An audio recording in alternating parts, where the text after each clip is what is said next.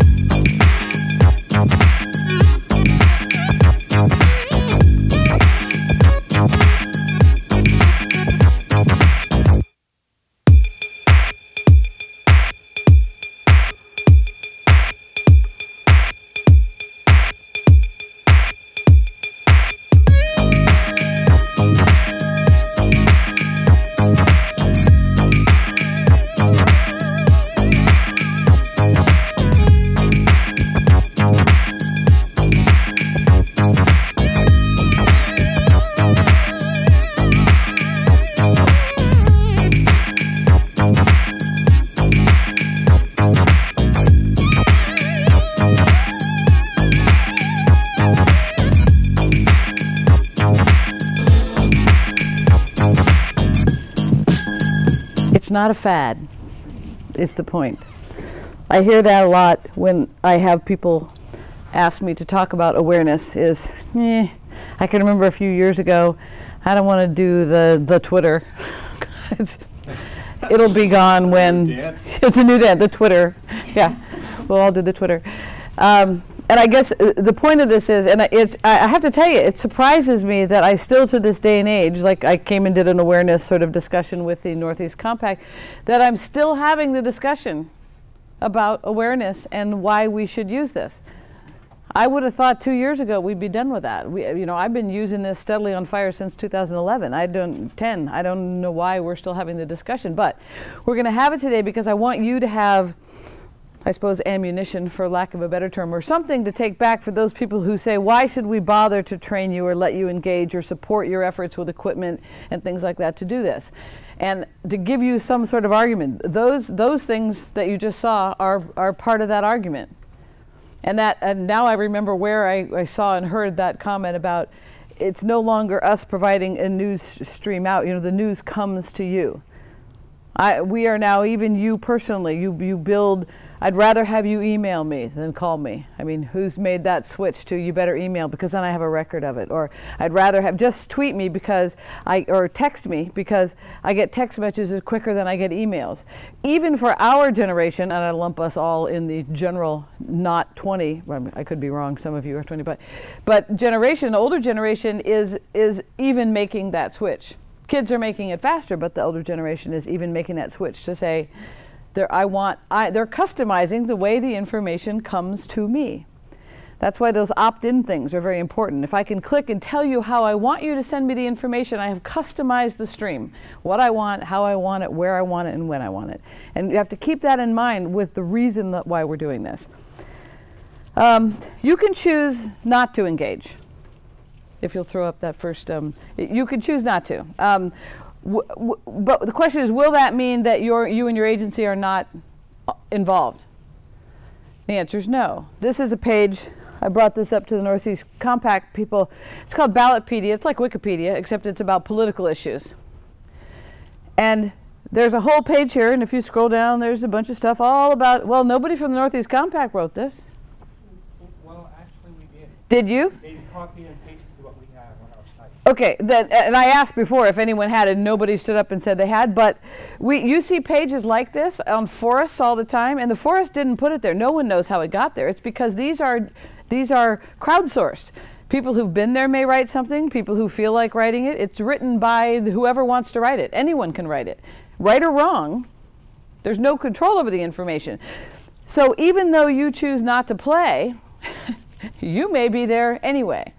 So you have to think about, you can't avoid getting involved just by not doing it. All that means is that you're not part of the conversation. I think of it often as a stream. They don't need to look at this anymore, it's dead, but I think of it a lot as a stream. It's a river, and that river is flowing all the time, right on by you. And you can walk alongside it, you can put a boat in, you can step in, you can swim in it, but that stream is going. You can choose to participate in whatever way you want in that stream, but you're not stopping it. It's continuing to move along, carry information, do its thing, and it might even be getting bigger and eroding the bank, to carry that farther than it should go. And you can choose not to step in, but you, at the very least, ought to be engaged in some way. Standing on the side looking, think of that as monitoring, right? Or at least looking where the river is going. And I think for me, when we talk about conversation, the biggest question for me is, do you want a voice in that conversation? Most of our agencies are very fixated on the message. We want to control our message. We want to make sure our voice is heard. We want to make sure that people are listening to what we have to say about this. If you'll bring up the next one. So I want to show you on this one the kind of, I don't think that's the other one, that one. The kind of people, the numbers of people, like it said, and things that are using these. 20 million on Pinterest. And it is predominantly female. All right, we had that conversation yesterday. But you know what? Female are an audience as well, so if you need to know how to get to women. Twitter, 241 million active users, 5,700 tweets every second. 1 billion active users on Facebook, 200 million on Instagram, Google+, 500 million, and 300 million on LinkedIn. The numbers are enormous. The numbers are huge. When you talk about being able to reach people with your message, now imagine those people having that conversation about your agency and you are not involved. Do you think it's all going to be right? Probably not. You have to be able to be engaged in the conversation. You can take this one down. And part of it is because there is actually an expectation that you will be there. The public expects now that you will have a presence on social media. They expect it of businesses. If I'm going to go to a new restaurant, I look for them on the web first. I go search Google and see if I can see what their menu is and how much it costs. I have an expectation that you will have some kind of web presence. Whether it's a web page or it's a Facebook page, I expect that. I also have a little bit of an expectation that I can actually ask you a question before I go there without calling you. There's some kind of engagement that nowadays I expect that will be there. Well, the public expects that of you and your agency as well. I refer to it as we live in a CNN refresh button world. I had a guy at a public meeting once say, he said, I sat in front of my computer for 2 hours pushing the refresh button and nothing new came on InciWeb. I'm like, because remember, what happens when we see tornadoes and hurricanes? They're watching this thing move up the coast minute by minute. They can click on this the weather station and they can see satellites. I can see where it's going to go every second. I'm being told it's the minutia that they're used to. I can even, I don't know if any of you remember this, but back in, I don't remember what year it was, when the Hamas and the Israelis, right, were lobbing missiles at each other. They're doing it on Twitter. You could watch the Twitter feed. In the name of Allah, we're going to boom, and then come back and say, you didn't hit anything in the name of coming boom. And you're watching the entire thing on Twitter. So to think that I can't find out something about a fire in my backyard is mind-boggling to people. A guy at the Berry Point fire interviewing people after the fire said, I sat in my yard and watched the fire come over the ridge, and there was nothing on InciWeb about it. He said, I looked for a map, and the map was 4 hours old. I'm like, that's a new map. we don't, because they don't understand that we, like in fire, and many of our agencies are not the Weather Service, and we're not the storm, NOAA, and we're not the military. We don't have satellites that feed us instantaneous fire perimeter information, but they think we do. It's why our operations people are so interested in drones. We could actually know where it is. We could see and fly the perimeter, but we can't, but they think we can. So, but realize that you're dealing with that mentality, and I'm not in any way suggesting that we actually be able to fix that. I mean, that we'll ever meet the expectation. I think the demand is going to outpace by a lot our ability to provide it. But being aware that that's the expectation will at least help you identify the areas where you might fail unless you do a better job of communicating with people. And the expectation that they have about, the news and the weather, they have about disasters as well. They expect in a disaster that you will engage with them online. If you can switch to the other slide. This is an infographic, these are called. I put these links, by the way, into the Dropbox, the Google Drive folder. So if you wanted them for some particular reason, you can have them. And I'll put the link to that video in there on the links page too. Yeah, I had a question on whether they could get that video or not. Yeah, the video is, there's a paper in the SMEM folder that says cool links, and I'm adding to it. So as long as you save that as a bookmark, you don't have to, you can download it if you want, but then when it changes, you won't know. But if you save it as a bookmark, we'll keep adding to the links and you'll be able to see those. So scroll down just a little bit. When we talk about natural disasters, this is up into 2010, but you're talking about, 867,406 people affected by disasters, and these includes floods, extreme temperatures, wildfire, earthquake, storms, that sort of thing. Now, if you scroll down a little bit, the number of people killed by disasters, extreme temperatures and storms, those are a big part of who that is. Now, if you scroll down, it talks about how survivors harness and utilize social media, and I thought this was interesting. It says, 1 in 5 survivors contact emergency responders via social media websites. They expect you to be there. 44% ask online friends to call responders for them. If they can't get a hold of you, they expect someone else to get a hold of you. But what does that mean? That means they expect you to be there. They expect you to be there. 24, this is what people sort of use it for. 76% use it to contact friends to make sure that they're okay. You've heard of the Red Cross Safe and Well. I think it's the Red Cross one, Safe and Well. You can type your name in if you're in an area of a disaster that lets your loved one know that you're safe and well, and they can go look for you on those lists. 37%, they use it to find shelter, buy supplies. That was the usefulness of the crowdsourced map in Haiti during the earthquakes there, that people could share information with each other about what was necessary. Or the Facebook page on Tasmania, that they were sharing, the community was using it to share what they had and how they could help. 25% download apps. 1 in 5 Americans have used an emergency app of some sort. 18% get emergency information through Facebook. And these are 2010 numbers. I guarantee you these numbers are way higher now. If you scroll down a little bit, 35% directly posted a request for help on a responder's Facebook page. And I like this one. 1 in 3 expect help to show up within 60 minutes of posting. Now, I'll tell you this, that's one thing that's of concern to me, and we've discussed this, was could we ask people, what do you see, and have them give us information about how they're experiencing, say, a wildfire. And I was at a talk, giving a talk at the Wilson Center in Washington, D.C. about this kind of use of crowdsourcing of disasters. And my conclusion, and after talking to a lot of ops people, was probably not in fire. And the reason is because smoke.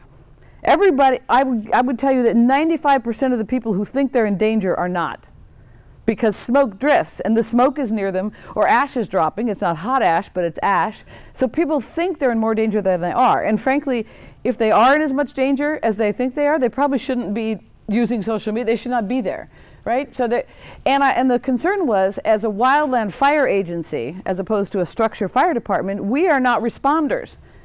If you post, help, I'm stuck in my house, we don't run over with an engine. That's not what we do. People should still call 911. So, you know, there's some discrepancy about whether we could really be a first responder on there. But that said, still a presence not for response, and you have to set that stage that, you know, we don't drive over with engines and park them in your driveway. It isn't what we do. But we can still respond to questions about the fire, and that's why we need that presence.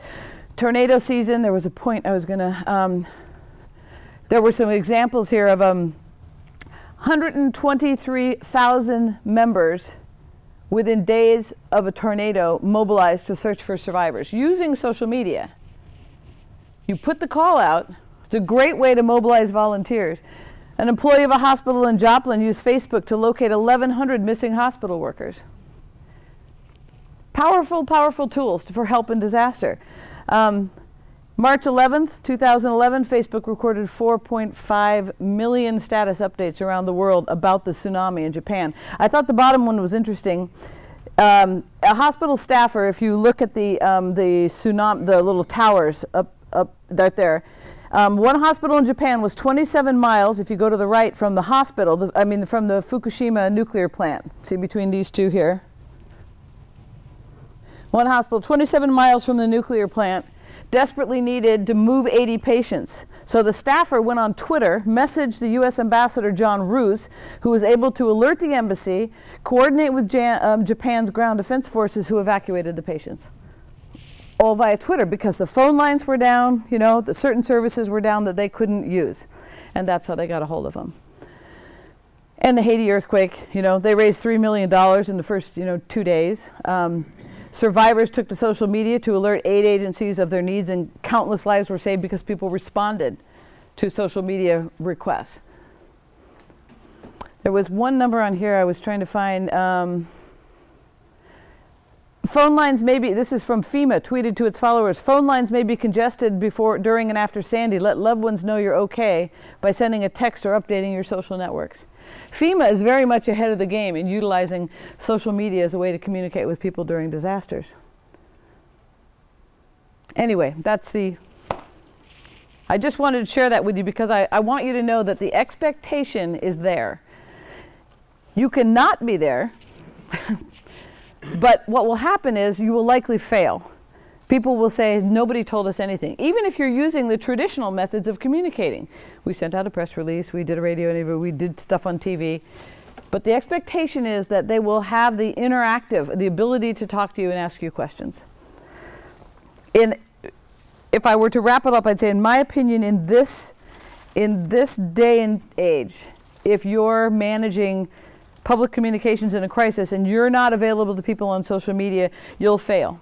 Not by failing managing the crisis, but because people need to feel like someone is helping them, is talking to them, that cares about them, that's part of the community that they're using to support themselves during the disaster, and you need to be there. More importantly, if something bad happens, and let me be clear about this, like a fatality or an injury, you have about 15 minutes. The old rules for PIOs and people working in this field where you wait till you get the approval, then you wait till the family's notified, and then you wait till it gets back down to you, and then you write up a press release, and then they let you know, and we talk about whatever happened. You got 15 minutes, tops. We had a helirepeller accident. Was doing a currency, fell out, was killed. Within 15 minutes, it was on Twitter. And I'm not saying it's malicious. What if the guy who's there watching it sends the picture to his wife? Says, oh my gosh, I was standing here at the helibase and this happened. And she posts it on her Facebook page. Boom, or Twitter, it's gone. It isn't necessarily malicious. You just, you're in a difficult situation, you share it with your family, and them not knowing that kind of sensitive, boom, it's gone. And when it's out, it's out. We had a fatality in Texas, and I had about an hour after I knew it was happening to when it first hit the Facebook page of a local newspaper, and within 15 minutes all the Dallas media were there. But I knew it was coming, and actually an hour was an extraordinary amount of time that we had to prepare for that.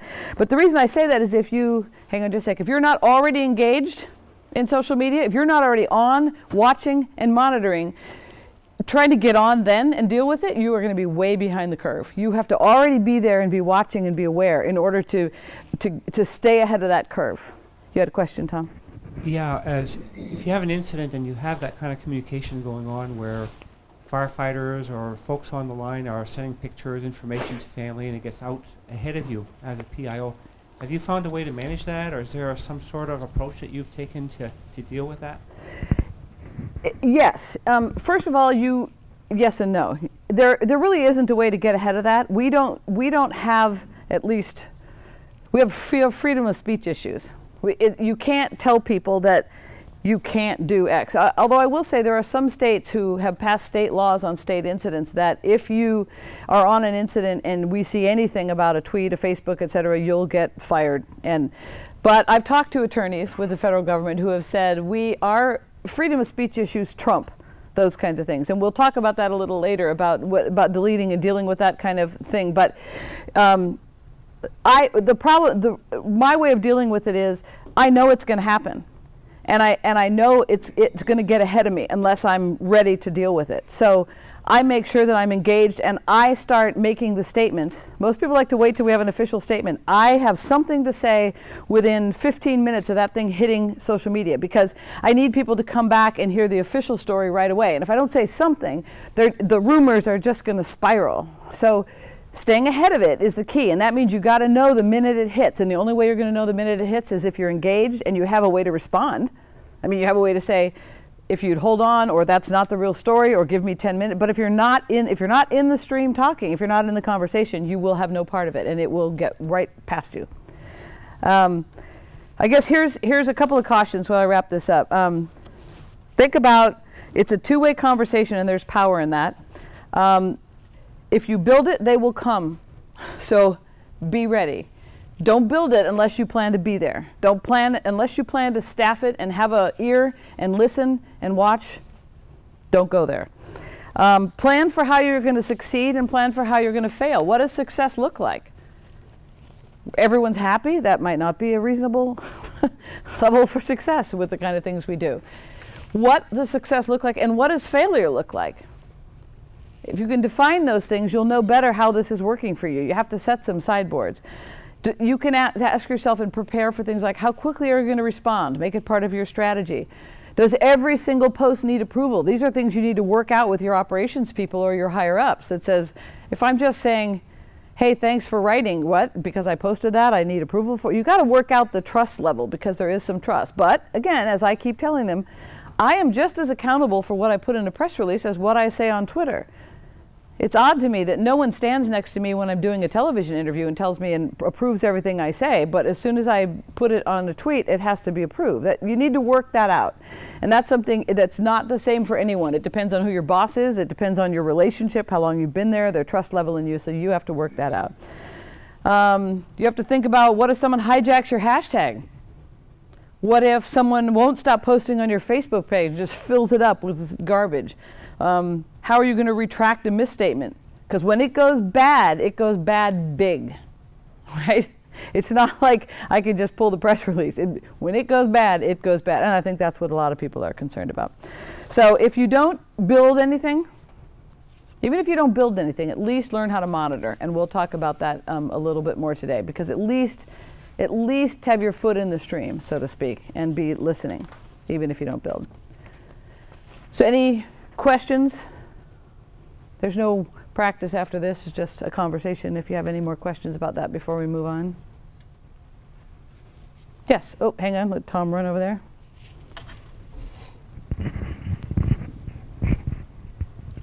We know from using Google Docs that there are tools here that we can use to manage an incident. And also some of the tools we went over yesterday for managing on the incident could be used. Mm-hmm. For example, instead of using portable radios, we could use smartphones to Twitter or Flickr for incident-related messages. You know, whether it's crews communicating with ground support for buses and other things. Are there tools on here that you guys use on your team other than Google Docs and the obvious? It's funny that you asked that. Brent is the logistics person on my team, and let me go back and say, yes, there are other tools, but also remember the weakness of social media. It requires internet. You got to have cell service. And a lot of times the things that happen to us don't happen where conveniently there's cell service. So oftentimes the problem with trying to have crews or anyone else be involved that way or try to inform people in staging areas and distant locations is, if they don't have cell service, then what are you going to do? You won't be able to communicate with them. And you need something more reliable than that. When we're in camp doing the PIO work, we can, we're setting up a base where we can have a cell on wheels or something that gives us internet power so that we don't lose the signal. I don't think it's reliable enough at the moment.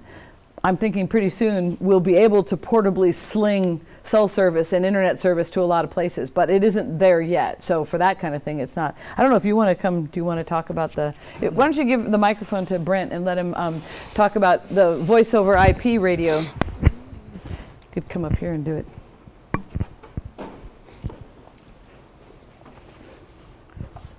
One of the things that we're trying to learn and share across the country is some of this new technology, and as I've been doing my research in the last year, is trying to figure out how voice over IP radio instead of voice over IP phone, which most of us are familiar with now because we have it on our desk, how we can utilize that in large geographic areas. And that's where it primarily has its benefit.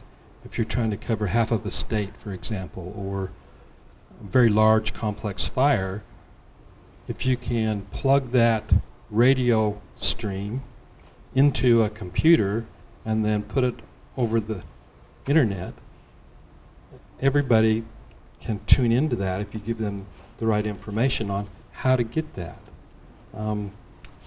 In our offices, we're trying to do that where we put a radio station essentially right on the desktop, and it's tied into the computer, and now I can talk on the radio. I don't have to go to the base station that's by the front desk person.